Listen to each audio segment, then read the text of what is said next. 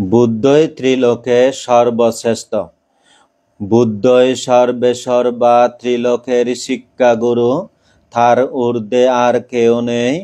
যারা পূজ্য বনভান থেকে বড় বলেন, খুবই অবাক লাগে ভাবতে।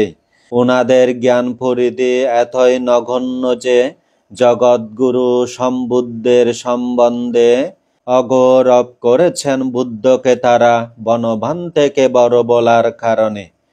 পূজ্য বনভান্তে সবসময় বলতেন, আমাদের গুরু হলো তথাগত বুদ্ধ। অগ্রশ্রাবক সারিপুত্র মোদ্গল্যায়ন, মহাকশ্যপ, মহাজ্ঞানী অনুরুদ্ধ।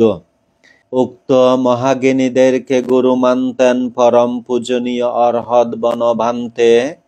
এখনো বনভান্তের বহু ধর্ম দেশনায় পাই আমরা সেই বাণী শুনতে। তারা কেন শুনতে পায়নি সেই বাণী? যারা ভান থেকে বড় দেখেছেন, তাদের জ্ঞানের পরিধি খুবই নগণ্য, জ্ঞান নেই বলে সেভাবে বলেছেন। আমাদের সবারই জানতে হবে মহাকারুণিক সম্যক সম্বুদ্ধকে। মহান বুদ্ধের মতো আর কেউ নেই কামরূপ অরূপ লোকে। পূজ্য বনভান্তে এই যুগে শ্রেষ্ঠ জ্ঞানী, অকপথে স্বীকার করতে হয়। গৌতম বুদ্ধের এই সদ্ধর্ম শাসনে তিনি অদ্বিতীয় অনন্য বলতে হয়। বুদ্ধের শ্রাবক শিষ্য পূজ্য বনভান্তে কখনো বুদ্ধের থেকে বড় নয়। বুদ্ধ প্রমুখ মহাজ্ঞানীদের গুরু মেনে পঞ্চমার করেছেন তিনি জয়। বুদ্ধের সাথে এই ত্রিলোক জগতে কোনো কিছুই নেই তুলনা। তিনি জগৎ গুরু অদ্বিতীয় মহান। হে অবুঝ বুদ্ধের অবজ্ঞা করোনা।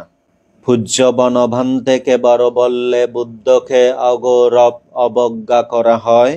অগৌরবকারীদের ইহপর জীবনে সুগতি স্বর্গ লাভে বিঘ্নিত হয়।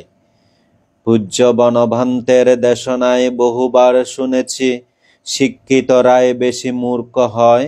মূর্খতার কারণে সত্য মিথ্যা না জেনে সদা অহংকারে মত্ত রয়।